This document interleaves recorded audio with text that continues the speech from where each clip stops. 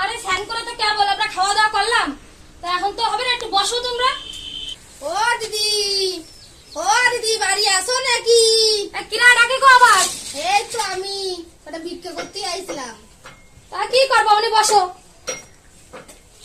একদিনে সব ভিক্ষে করার অপদ্রব হয়েছে, আমি কি আর বাড়ি থাই? আমি সেবা গান্ধে পলাবো। আমি পলাই রে, খাবার ঠামার আমি দিতে পারবো না, কতক্ষণ থাকলে ভিক্ষে করে আমার বাড়ি।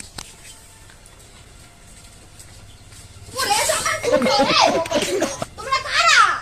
আমরা তো এই বাড়ি আইছি, বাড়ির মালিক কইছে কি যে তোমরা বসো, তোমাদের জন্য খাবার নিয়ে আসি। আমি তো দেখলাম বাড়ির মালিক দেখি সরষে কাটে